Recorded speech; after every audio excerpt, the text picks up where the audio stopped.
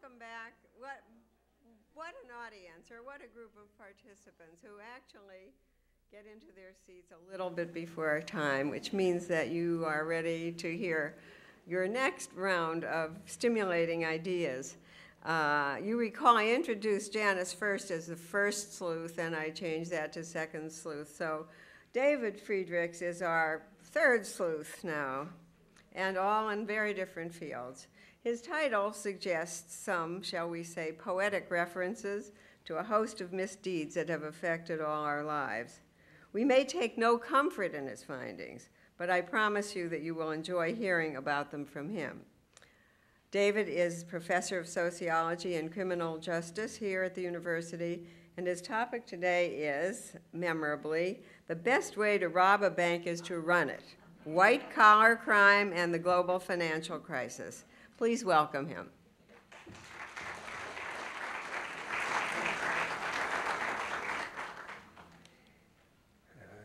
First, I'm very pleased and actually privileged to have been invited to participate in this event, to speak to such a highly motivated group of learners. That's not necessarily the typical experience that we college professors have. We walk into a classroom, students have a gun to their head by their parents to be there. So really, one doesn't take that for granted, and I appreciate that.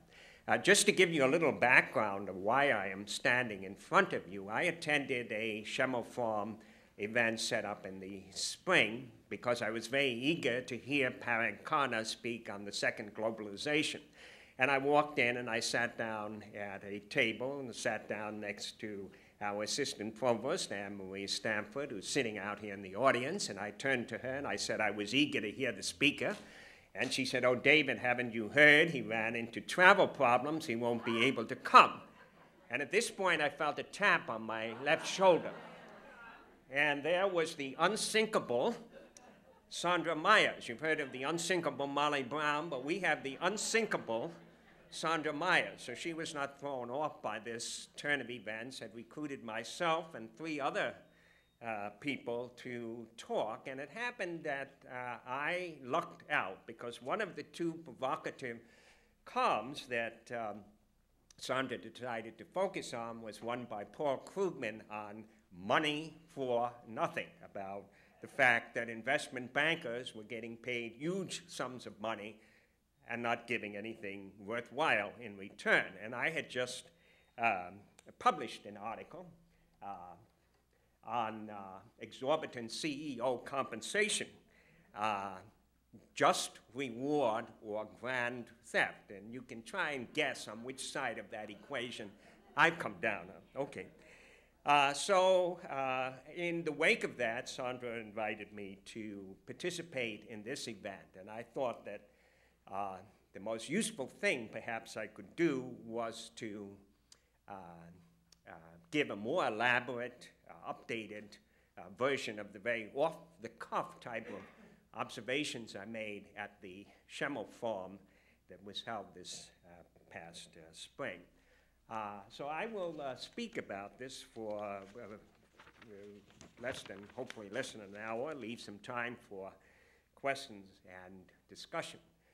Perhaps by way of introduction, I should say about myself that I am a criminologist, but my interests have been crimes of the powerful, not the powerless. And that's reflected in the 4th edition of my text, Trusted Criminals, White-Collar Crime in Contemporary Society, is published this summer. 11 years ago, I edited it 2 volumes for the International Library of Criminology on state crime. These 2 books are somewhat reflective of the particular interest that I have. This cartoon, which you can't see very clearly, is by Thomas Nast in the 19th century. I have it on my office wall because it reflects my own interest. The top picture is William Marcy Tweed, the famously corrupt boss of Tammany Hall, being ushered out of City Hall with the police and everybody saluting and kowtowing. And of course, he was robbing the city of New York blind. And the lower picture is a poor man, his starving wife and children around the corner. He's stolen a loaf of bread, and the police have all jumped on him very aggressively. And that really captures historically the very different way the crimes of the powerful and the powerless have been treated. Now, there was some justice, as many of you as students of history know. Tweed did eventually go to prison, and that's where he died. And he himself said that the cartoons by Nast were an important factor in driving him into prison. So that was part of the background of that. Well, I have invoked the notion of bank robbery, so I should say something about conventional bank robbers before I get to the kind of robbers I am principally concerned with talking about here today. Yes, there are some professional bank robbers, the John Dillinger types, but most of those who rob banks are people down on their luck, they're addicts, they're desperate people, they've lost their jobs. They typically get a couple of $100, a couple of $1,000. The total take across the United States for conventional bank robberies in 2007 was $25 million. In 2008, it ramped up to $60 million. Now, that's not chump change, but it is a fraction, an absolutely infinitesimally small fraction of the losses that we have suffered from inside the banks that I will get back to. The typical form that conventional bank robberies take is somebody walking in, handing a note to a teller, making an oral demand, and contrary to what some people might believe, very rarely is there violence. Less than 4% of the cases. Those are the cases, of course, that get into the newspapers. And typically, these bank robbers, these conventional bank robbers, more often than not, they are caught, they are arrested, they go to prison for substantial periods of time. There are some conventional bank robbers fit the kind of stereotypical image of what criminals look like, lower class or minority group males. Now, I have said, however, I'm talking about another type of bank robbery, admittedly in quotes. And part of my thesis is that we all understand people walk into banks and rob banks, but you can flip-flop that, and part of my argument is banks rob from their customers. And in the context, in my book, I explore many different forms of this, but in the interest of time, I will simply limit myself to this, because it's been a recent featured story, is that banks earn annually, and there have been different figures I've seen, between $27 billion and $38 billion a year from overdraft charges and fees against debit payments against checking accounts.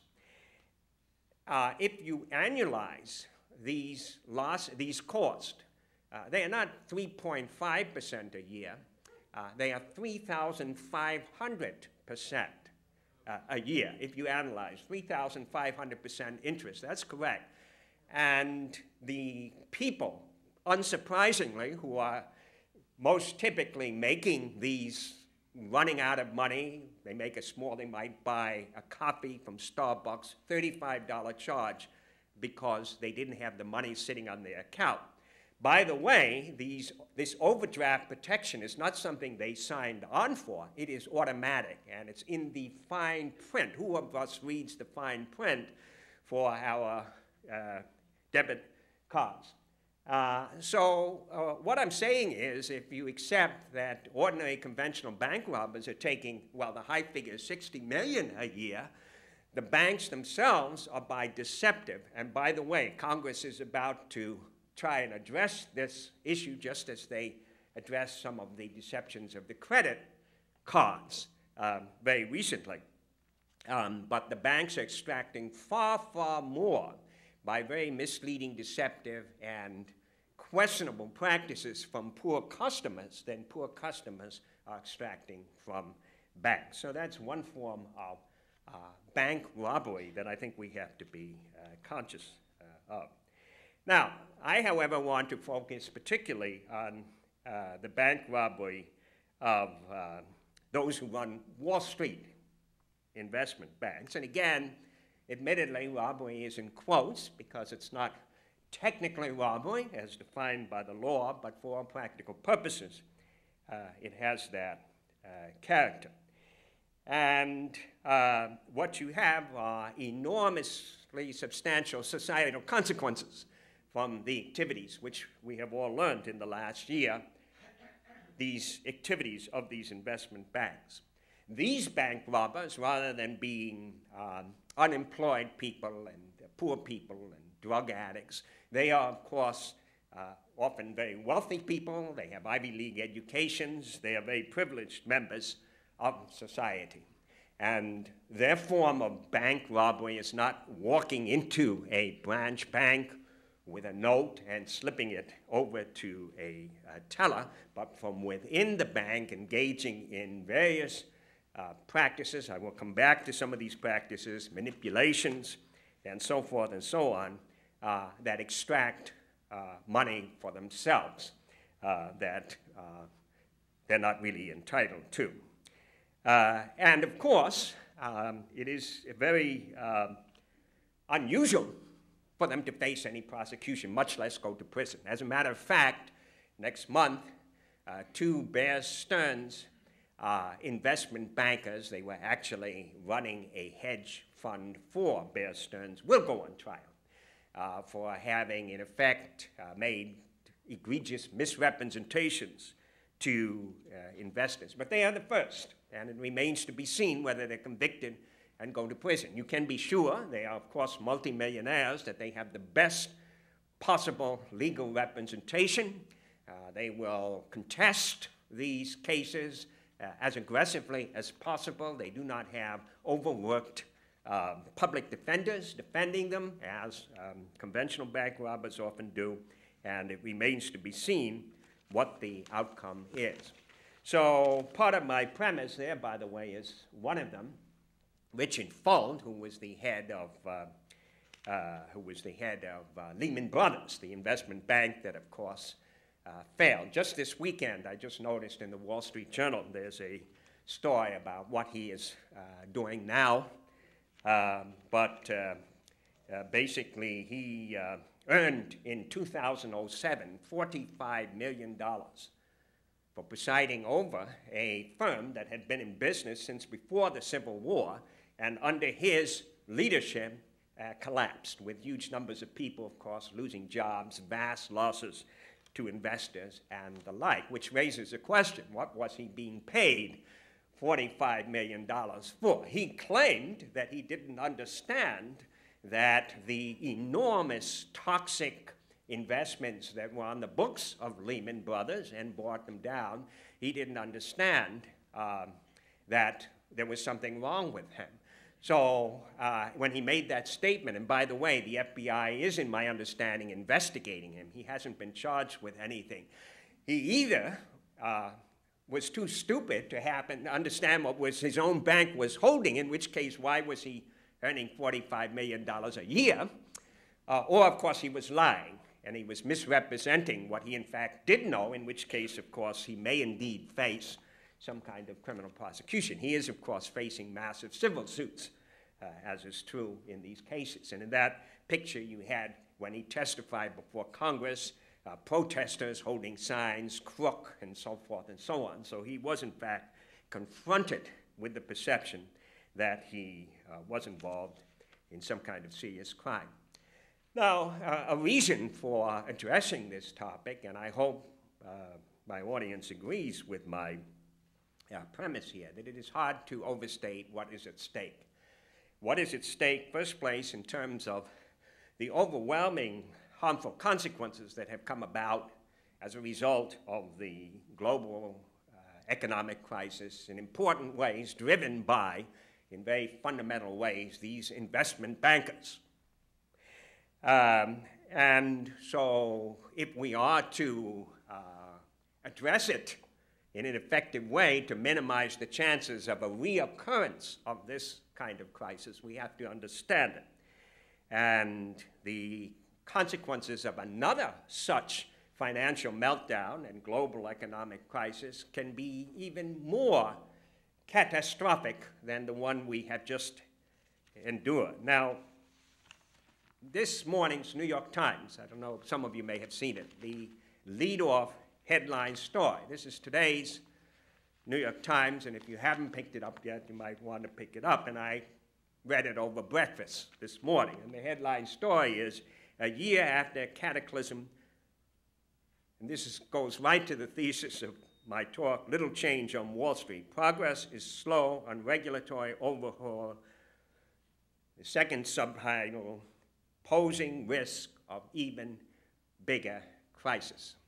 So that really, this story, today's New York Times, summarizes part of what I'm talking about. It's back very quickly to the way things were, the same kinds of practices, new kinds of incredibly risky practices are going on. Unfortunately, very little has changed. And I will say that from my point of view, and not just mine, but of economists and others who have studied this situation, this is indeed potentially catastrophic going forward. We have to understand this. And so this is an enormous problem. Now, if I'm invoking the term, which is of course a very familiar term of crime, it seems that I should say a few things about that very familiar term. When people see the term crime, they most readily think, of course, of crime in a legalistic sense, what is prohibited by the criminal law or what a court of law has found to be a crime. But there is, within my field of criminology, there's an alternative tradition going back at least to the 1970s, that we should not allow the state, which is aligned so much with powerful interest, the exclusive right to define this important concept. And that if we're going to study crime, we should study crime using a criteria of demonstrable harmfulness, whether or not those activities are against the law. Investment banks, corporations, and other entities have been very successful in shielding their harmful practices historically from being defined as crime. Indeed, there is a group of British criminologists who are arguing that we should shift our focus away from the traditional notion of crime and shift to social harm. Social harm should be our focus, not what is crime on the books.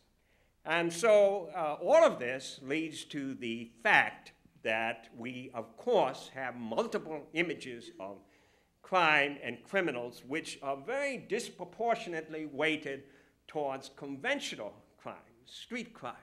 And that is perpetrated by our media and all kinds of other sources. Indeed, I have put forth what I call the inverse hypothesis, that the amount of criminological attention to a form of harm is inversely, and crime is inversely related to how much harm is caused. So that criminologists have devoted a great deal of attention to lower level forms of delinquency, and historically, at least until recently, a few exceptions to this, almost none, to the crime of genocide. So there is some kind of contradiction in terms of where, and there are various reasons for this, where criminological attention has been focused. So that white-collar crime has historically got a lot less attention. The crimes of, I won't get into all the definitional conundrums here, but the crimes of the respectable classes has gotten less attention than those of conventional offenders. In fact, white-collar crime was introduced as a concept almost exactly 70 years ago in Philadelphia by Edwin H. Sutherland in a presidential address to the American Sociological Society. But even though that was 70 years ago, it's only in recent decades that criminologists have really begun to pay attention to this kind of crime. Without getting into the definitional conundrums, a few things about the character of white-collar crime. First, it involves a violation of trust. When you're walking down a street in a shady neighborhood and some shady character is following you, you don't trust them. But we do trust corporations, we generally trust investment banks, we trust lawyers, doctors, and the others, and we do business with them on that basis. And so, in fact, the reason I chose to title my book Trusted Criminals is because it seemed to me that that was one of the defining characteristics that linked those who are called white-collar offenders. They are very much trusted, and they violate that trust in a fundamental way. How was Bernie Madoff able to collect billions of dollars from investors who asked very few questions? For various reasons, there was an almost blind level of trust that he was on the up and up, and of course, there was an egregious violation of that trust. And partly that trust is driven by the fact of respectability, that he was so respectable. He had beautiful offices. He dressed like an investment banker. He talked the talk. That the indicia of respectability often is a shield from being suspected of crime and criminal behavior. A third defining attribute of this type of crime is the displacement of risk, that what corporations do is they displace risk on ordinary consumers, they displace risk on workers, they displace risk on ordinary citizens, pollution, and of course, what has happened in the present situation is that an enormous amount of risk was displaced on American taxpayers and on ordinary investors with catastrophic consequences. So all of this leads to enormous harm, but this kind of harm differs from much of the harm of conventional offenders, serial killers and rapists and the like. They intend to do harm. The harm here is driven by the desire to maximize profit or protect oneself from loss. And the harm that comes out of that. It isn't the direct purpose of the activity. So these are some of the ways that this kind of crime differs from conventional crime. Now, again, without, in the context of this lecture, getting into too much detail here, that since at least the late 1960s, those who have studied white-collar crime have tended to make a distinction between corporate crime, and these are crimes committed on behalf of a corporation. For example, polluting the environment because you can enhance profits that way. For example, having unsafe working conditions, say in the mines, because you can enhance profit that way. The workers are the victims. For example, getting unsafe pharmaceutical or automotive products out there because you can enhance profit that way. It's done on behalf of the corporation, and you have price fixing and anti-competitive practices and various other types of corporate practices. The other major type of white-collar crime is called occupational crime.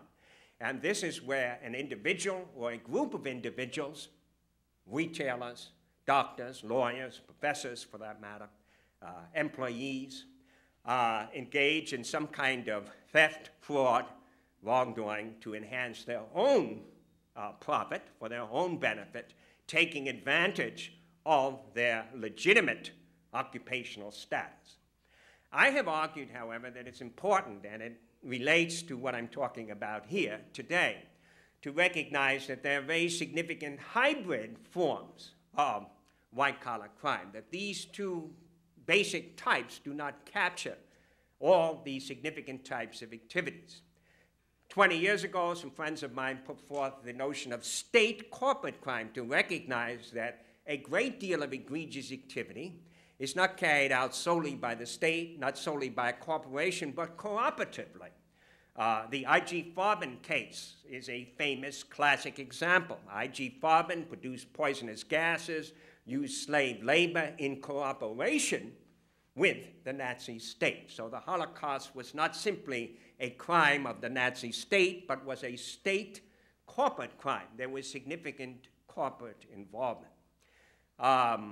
Almost 10 years ago, I put forth the notion of crimes of globalization to capture a form of crime almost wholly ignored by criminologists, and that was the crimes, the harms done by international financial institutions like the World Bank and the International Monetary Fund.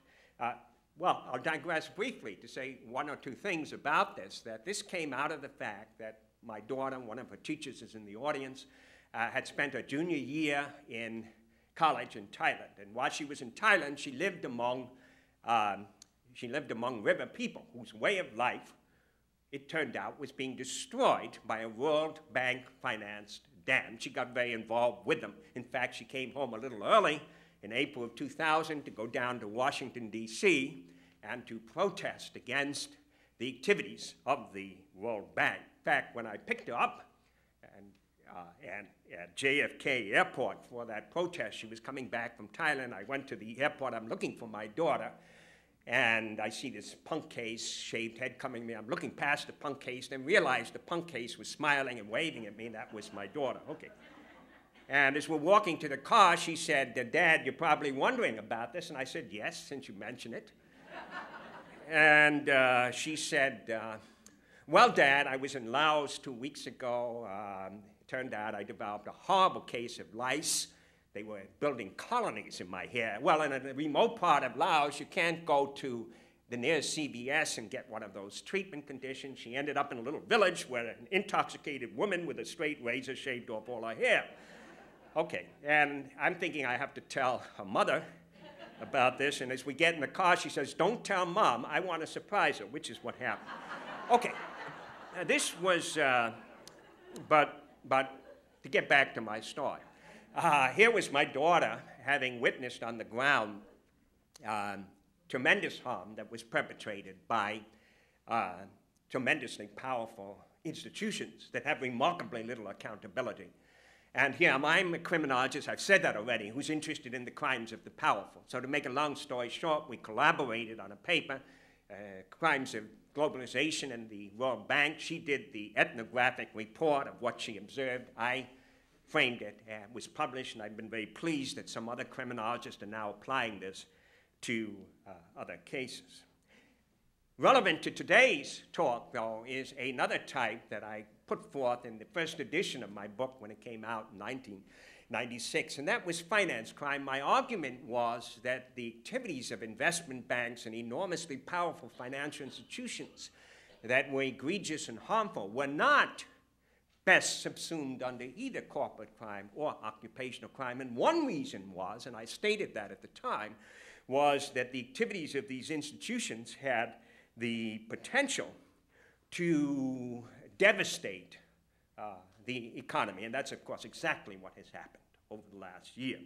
So I use the term finance crime to recognize that on that level, you have wrongdoing and harmful activity that goes beyond corporate crime, beyond doctors cheating Medicaid and employees stealing from their employers, and even corporations fixing prices and the like. The level of harm is exponentially greater. So this harm of a form of finance crime has, in very important ways, then contributed to a global financial crisis. Most of the dimensions of this crisis are well known to this audience, so one can address them very briefly. That the subprime mortgage market was one important driving force. That there have been losses, these can be calculated in different ways, of literally trillions of dollars for investors, for taxpayers, and for many other parties. And of course, as everybody here knows, it's been widely covered on the media, millions of homes, savings, and jobs have been lost, communities have been devastated, whole futures have been threatened. So it's very hard to overstate the harm, even though we are hearing about we're on a recovery, we didn't go into a major depression. There's no question that the harm that has occurred, particularly over the last year, is immense. By the way, I haven't seen it yet, but a new documentary that got very favorably reviewed, American Casino, has just been released and explores this whole situation, I think, very fully. Who's to blame? Who is responsible for this situation? Well, there has been a great deal of commentary, obviously, since this whole meltdown, almost the major apex of it was almost exactly a year ago. In fact, Lehman Brothers collapse, that was a critical development on September 15th of 2008. So we're going right into the anniversary of that event.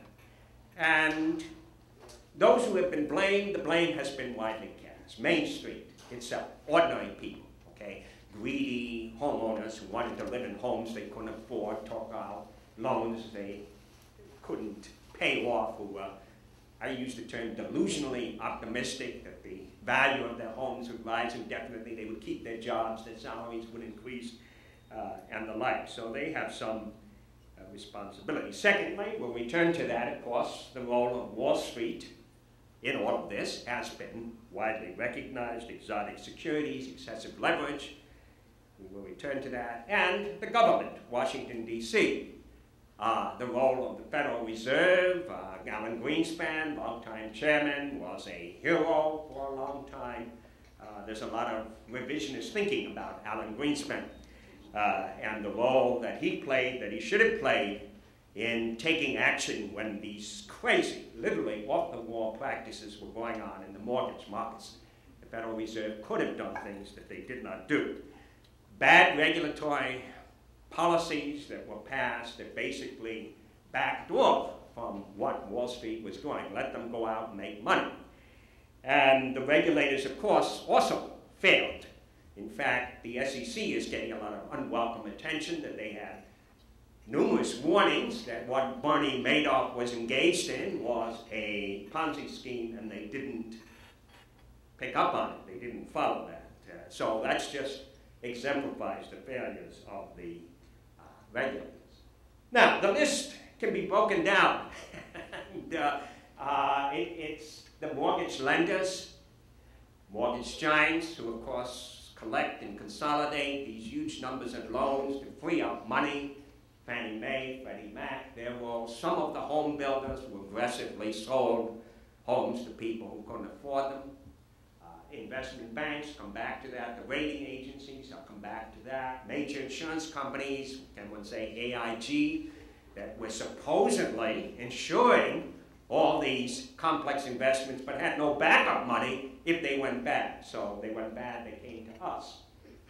Political officials, President Clinton, President Bush, signed off on legislation over the years that is seen as having produced the conditions that helped bring this about. We mentioned federal regulators. I'll come back to financial industry lobbyists. Risk officers, that's a position in these investment banks. They're supposed to make assessments of risk. What kind of assessments were they making about these incredibly risky, toxic, multi-billion, multi-hundred billion, multi-trillion-dollar investments that their institutions were holding? Lawyers, where in some cases, I know we have some lawyers out here, but lawyers, where in some cases producing the legal arrangements and documents to support these practices.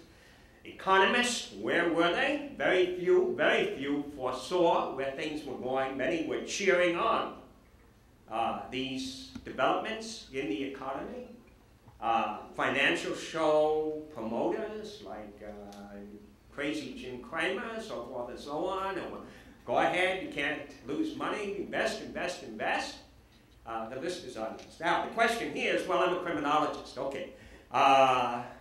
Was this crime? Of course, it was bad business, bad luck. There are all kinds of alternative explanations. And admittedly, it is complex. I'm not claiming that all these parties, by no means, wanted to commit crime.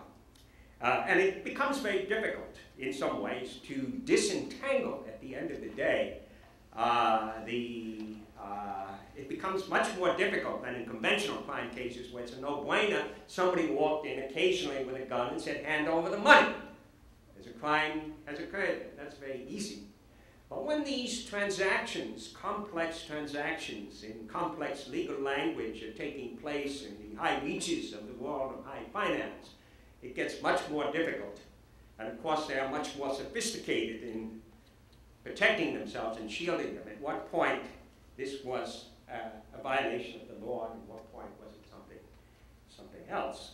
I'll say something very briefly about private equity, because from my view, this private equity, and I throw that in because private equity and the hedge funds, I think, are the next big thing that will blow up in our face in a huge way, because there are trillions of dollars in the hedge funds, and they have been very, very little regulated, and it's not clear what they are holding. They have exponential profits, and the focus of their managers, who are under enormous pressure to produce high results, like Bernie Madoff's results, is on short-term profit.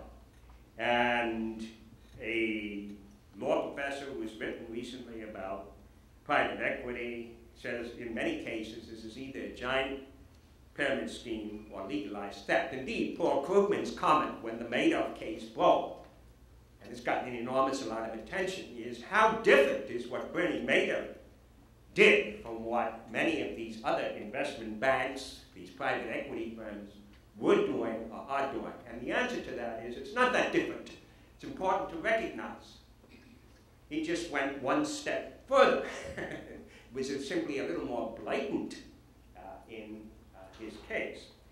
Now, Lehman Brothers went down the tubes, Bear Stearns, but there's no investment bank that is more prestigious than Goldman Sachs. So, partly drawing on a wonderful article in Rolling Stone this summer, I thought I'd say a few things about this enormously prestigious investment bank, an icon of American finance. First place, as I think everybody knows, this particular investment bank has enormous government influence. Two of our most influential Treasury secretaries, Henry Paulson recently and a little earlier, Robert Rubin, both came out of Goldman Sachs. Incidentally, there was a front page story in the New York Times that documents that Henry Paulson, as Treasury Secretary, was talking in the middle of the crisis 5-6 times a day to the CEO of his old company, Goldman Sachs, and surprise, surprise, their competitor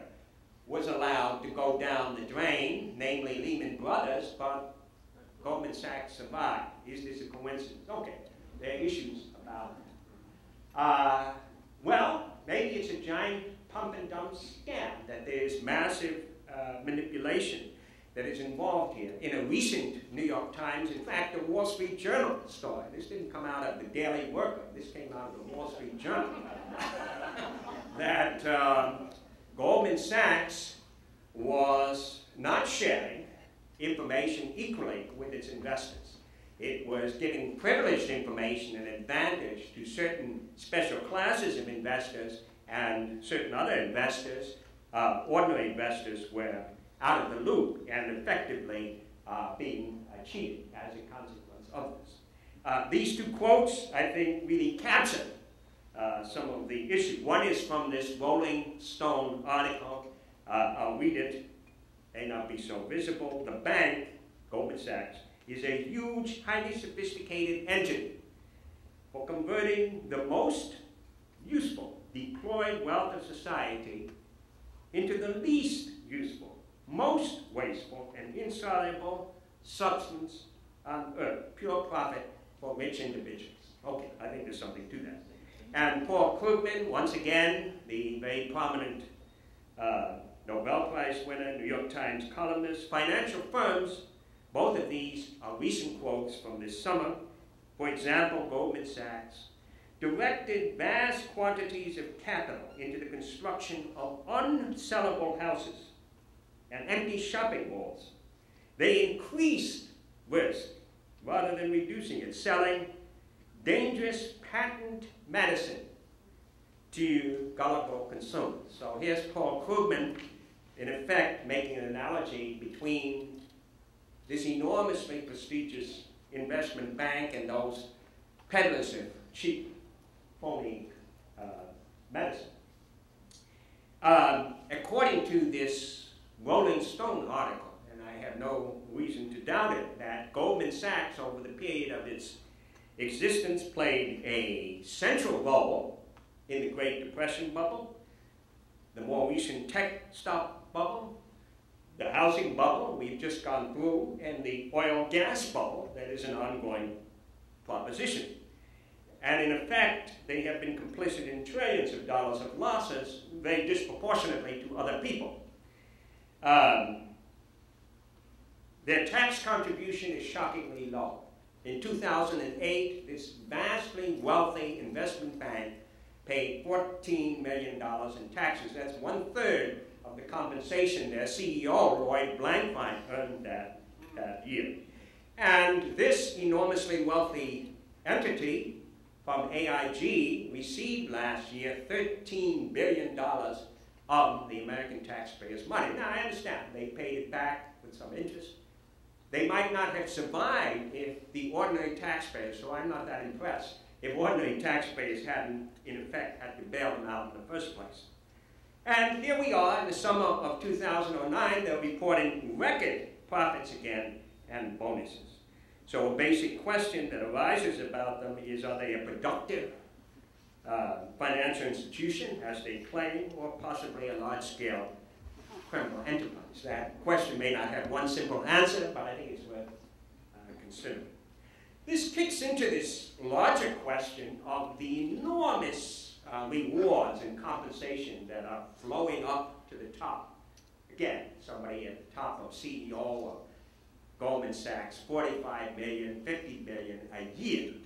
What is this all about? Have they earned this in any meaningful sense? A recently published book, Unjust Deserts, I think makes a very strong case that individuals, wealthy individuals, including Bill Gates and many others, who have made enormous wealth recently, and wealthy institutions, they don't earn this money through their wonderful individual initiative, or much of it they don't earn. What they are really piggybacking on is the enormous expansion over a long period of time of knowledge that many people contributed to. Janice's wonderful talk this morning reminds us that the knowledge about the DNA, it was a collective enterprise. And in the case of all the knowledge, whether it's used by Gates or Buffett or whatever, this is a collective enterprise of huge numbers of people over a long period of time. That their wealth is a function of technological progress over a long period of time. That many, many people, many, many different businesses and enterprises have contributed to. And let us not forget, especially in the course of the 20th century, a huge public investment by the taxpayers, by the American people. That's what makes a high proportion, not all, a high proportion of their reward possible. It isn't money they earned out of nothing. And that's, I think, very important to understand. Now, many of you may know that the distribution of wealth has become more unequal in income since any time since the 1920s. Incidentally, one of the major institutions that we bailed out was Citigroup, to the tune, again, of billions of dollars, taxpayers' money. And Citigroup had a unit, Fibro, and the head of that unit, Andrew Hall, is claiming that he deserves for his work in the past year $100 million. $100 million working for an institution that we taxpayers bailed out for billions of dollars. And what was he doing for his $100 million? He was manipulating the oil and gas market, which is one of the reasons you and I and ordinary people pull up to the tank and the cost of a gallon is higher. And that's his wonderful contribution to the social well-being for which he should be rewarded, working for a failed entity to the tune of $100 million. And this is just one of, we could be here all afternoon, all evening with the absurdities in this situation. Two stories on the front page of the New York Times over the last 2 months. Story one, Bankers reap lavish bonuses during bailouts. Huge bonuses and pay packages were awarded during the financial crisis, including to employees of bailed out banks. The other story that appeared just at the beginning of this month, low-wage workers are often cheated. These are minimum wage workers, not earning tens of millions a year. These are people earning $7.50 an hour in some cases, are cheated. And the typical worker loses 15% of their pay through pay violations by their employers of one kind or another, paying them less than minimum, the legal minimum wage, cheating them this way or that way. The paper yesterday, last year's poverty rate was the highest in 12 years. Last year's poverty rate was the highest in 12 years.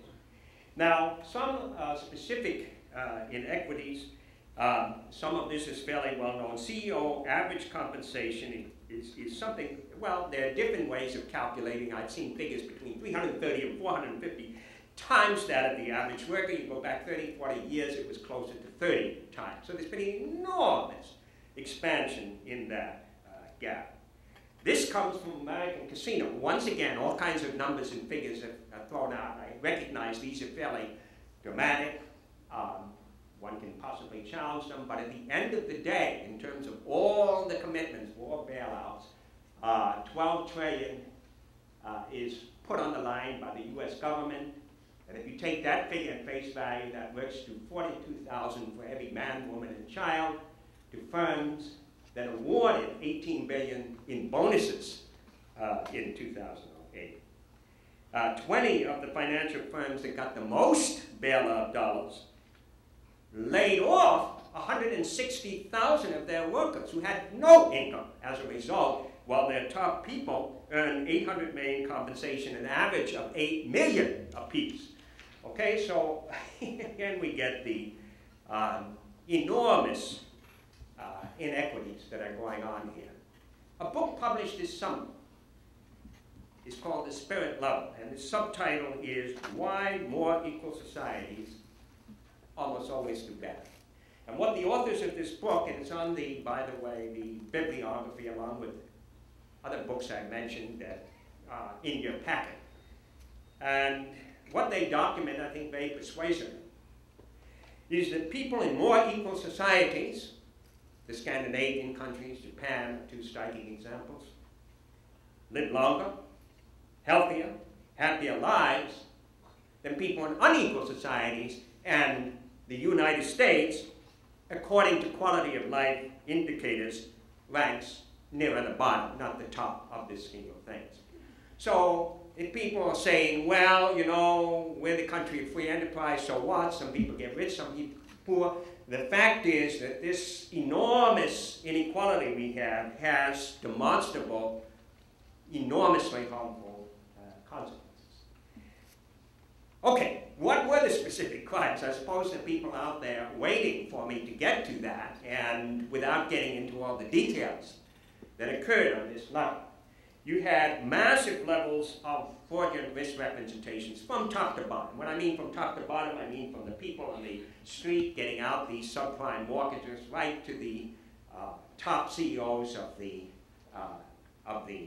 banks, of the investment banks, and everybody in between. Many public specific misstatements, some have been pointed out, all kinds of accounting gimmicks, various forms of manipulation of the markets, and insider trading, which is, of course, the insiders, not in all cases, but in some cases, bailing out at the top, knowing that things were going to tank and ordinary investors were going to be found holding the bag. Now, as a criminologist, of course, I'm trying to look at this particularly as a criminal phenomenon. Obviously, it's been interpreted by political scientists and economists and all manner of commentators. And my argument here is that we have to recognize that there were what criminologists will call criminogenic forces. There are factors, there are conditions which help promote this activity. Excessive risk, again, risk that was offloaded on other parties. And when you bail them out, the term that has been much kicked around, moral hazard, kicks in, that in effect, if people know that they're going to be bailed out, they will take more risk, because if it goes south, somebody will always step in, which is in fact what's happened. So that's been a big issue, a complex issue with the bailout. Overly complex credit swap defaults and the like, non-transparent financial products. Well, the investment banks have been a little constrained because of the absolute disaster of these particular derivatives. Just the other day in the New York Times, they have a new wonderful scheme to buy up huge numbers of life insurance policies of older people, hope they die quickly and make money on that. So that's the next new type of complex financial instrument that they are promoting as we speak. Excessive leveraging. One way that Lehman went down was it didn't put in 100% of its own money, it put in a fraction of that, 1%, 5%, 10%, and borrowed all the rest. On the assumption, of course, you can make much more money on the way up if you can borrow as much as possible. But of course, when things go south, you can't cover your losses. And free market fundamentalism. This was the philosophy of Alan Greenspan and a lot of other influential people. We don't need regulation. The market will police itself. He has admitted in a congressional hearing that he was wrong about that. Obviously, he was wrong about that. Okay, so one of those criminogenic factors to say a little more about, because that goes to the spring event, the article I've written, this exorbitant executive compensation. And what happens when you have these exorbitant bonuses and compensation is you create incentives for these top investment banking people to take enormous risk because they are rewarded enormously on the top side.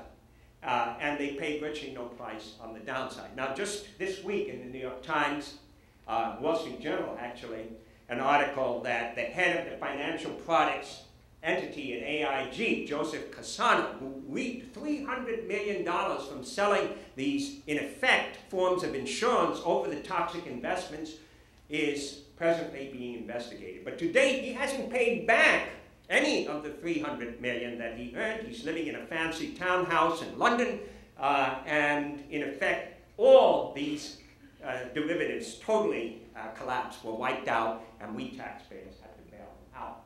So it promotes this heads we win, tails you lose phenomenon. That is criminogenic. That is a criminogenic condition.